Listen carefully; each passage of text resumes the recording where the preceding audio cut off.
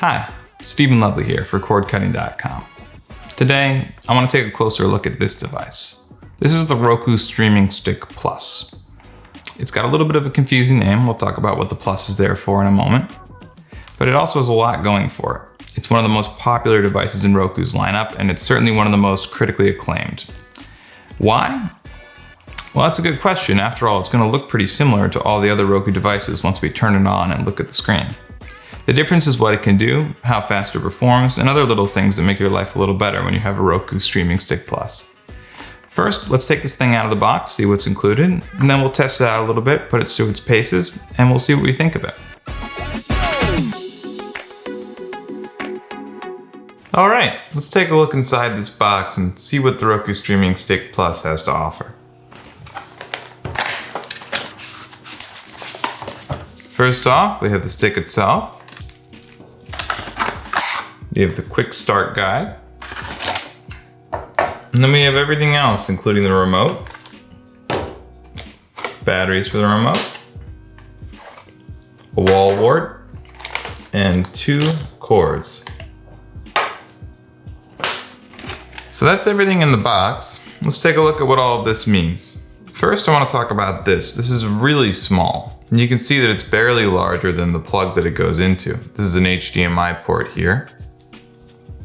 One thing that's not in this box that I wish was, is a little extender for this.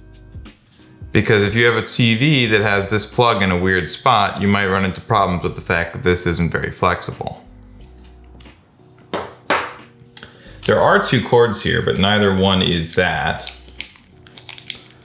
What you actually have here is a combination of a power cord and a Wi-Fi antenna.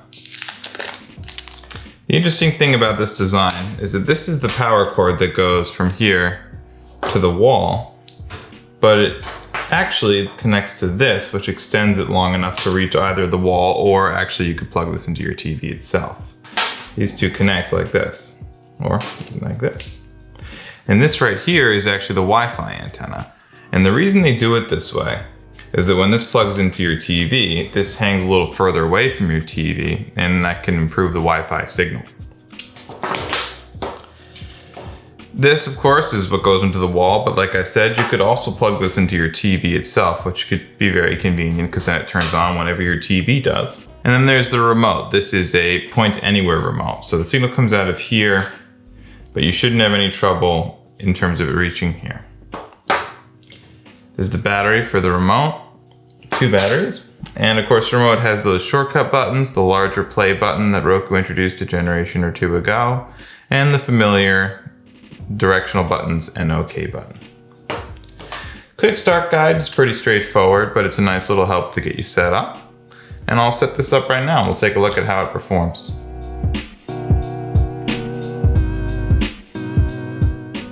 My Roku Streaming Stick Plus is all set up, but you're gonna have to take my word for it. That's what's going on there because you can't see it. It's hidden behind the TV.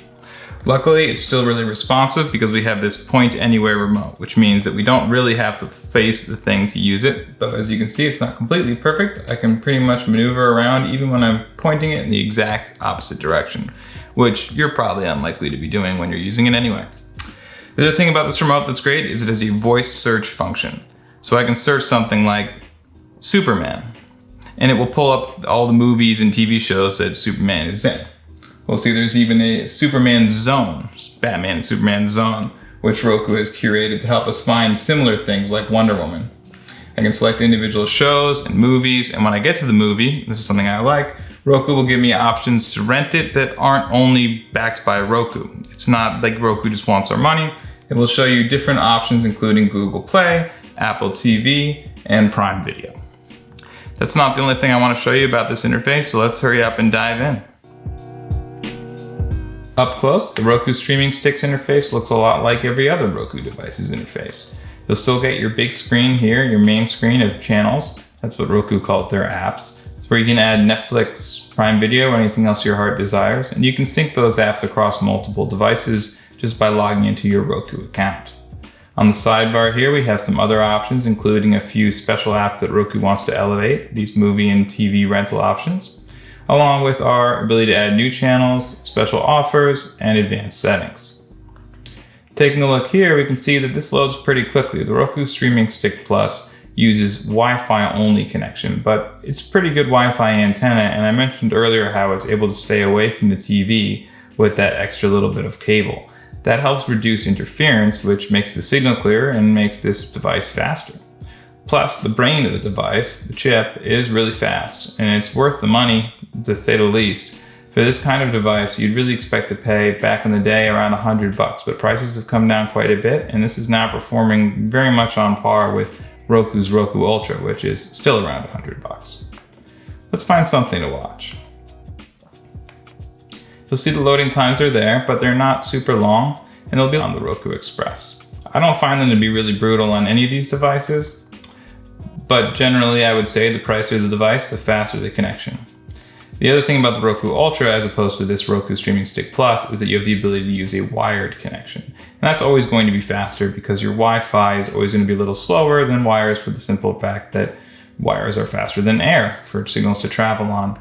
But seeing as it is a Wi-Fi only device, it is still pretty fast, as we just saw. And the reaction time between me clicking the button on this interface, which doesn't require the internet, is really fast. It's almost immediate.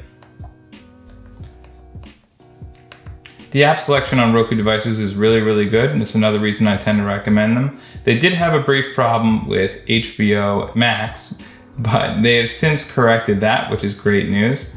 And they have all the major apps you'd expect, including all the live TV streaming apps we recommend, and all the on-demand ones like Netflix, of course, Hulu, and Prime Video. You'll also have options for streaming music, things like Pandora and Spotify, though I don't believe they have an Apple Music app just yet. That's about all that we can say about this one. Suffice to say, it's a really strong device, really fast, very responsive, and the loading times are minimal.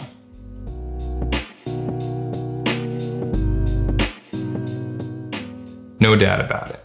The Roku Streaming Stick Plus is one of the best streaming devices that we've ever reviewed. It's almost as powerful as Roku's own Roku Ultra, but it's smaller and cheaper and more portable. It compares really strongly to Amazon's Fire TV devices as well. Of course, you should take a look at those devices too. We've got videos up for them, and we've got reviews in print, digital print, on cordcutting.com. I hope you enjoyed this video. If you did, I'd love for you to like and subscribe. Once again, I'm Stephen Lovely for cordcutting.com. Thanks so much for spending some time with me.